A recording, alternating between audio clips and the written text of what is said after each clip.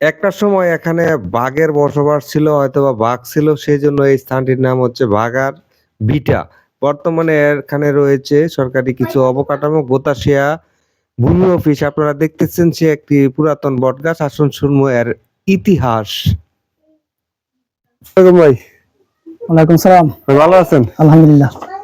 ভাই আপনার নামটা যদি একটু বলতেন আমাদেরকে। আমার নাম হচ্ছে শাহাবুদ্দিন। আচ্ছা, এই যে আপনি এখানে দোকানদারি করেন, এই যে স্থানটার নামটা যদি একটু বলতেন। স্থানটা আমার হচ্ছে বাগাবিটা বাজার।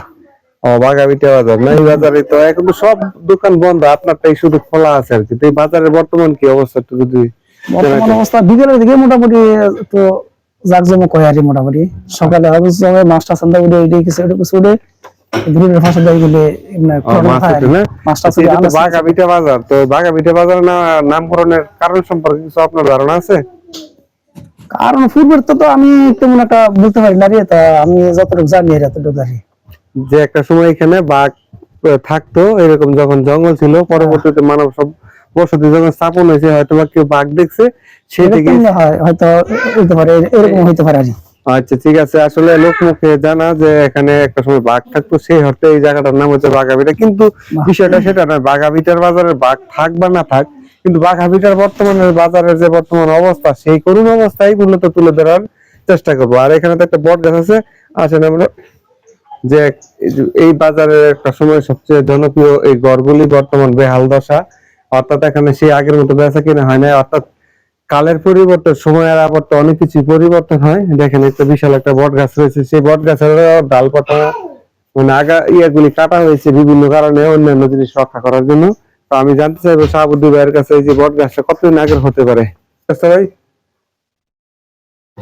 আমরা তো একবারে শুরু থাকতে দেখছি গাছটা মানে এরকম বড়ই বড়ই, তার অনুমান করে না কত বছর হইতে পারে এটা। আমি যে জিনিসটা আসলে বলতে চাইতেছিলাম যে বট গাছটা আমার বয়সে বিভিন্ন বট গাছ যেরকমই দেখছি সেম এরকমই আছে, এরকমই আছে।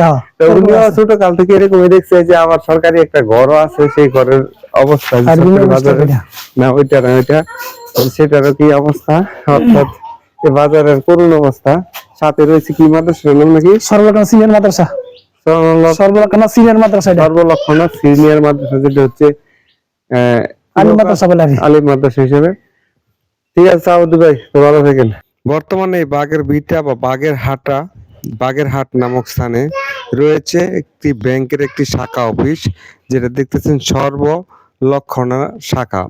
অর্থাৎ এই স্থানটির নাম গোতাশিয়া ইউনিয়নের মনোহরদী উপজেলার গোতাশিয়া ইউনিয়নের এই যে বাগের ভিটা বা বাগের হাটা, এখানে বাগের হাট জামে মসজিদটা দেখতে পাচ্ছেন, সর্বলক্ষণা গোতাশিয়া মনোহরদী নরসিংদী। এখানে বিভিন্ন ব্যবসা প্রতিষ্ঠান ছিল একটা সময়। এই অঞ্চলের সবচেয়ে জনপ্রিয় বাজার ছিল বাগের ভিটা বাজার। বর্তমানে সময়ের প্রয়োজনে বিভিন্নখানে আরো অন্যান্য দোকান হয়ে যাওয়ার পরিপ্রেক্ষিতে এই বাজারগুলোর পুরাতন ভবনগুলি শুধু রয়েছে, নেই আগের খ্যাতি এবং নেই আগের সুনাম, যেখানে বেচা কিনা হতো। শামীম ওসমান ব্যাপারী, বাগের ভিটা বাজার থেকে গোতাশিয়া।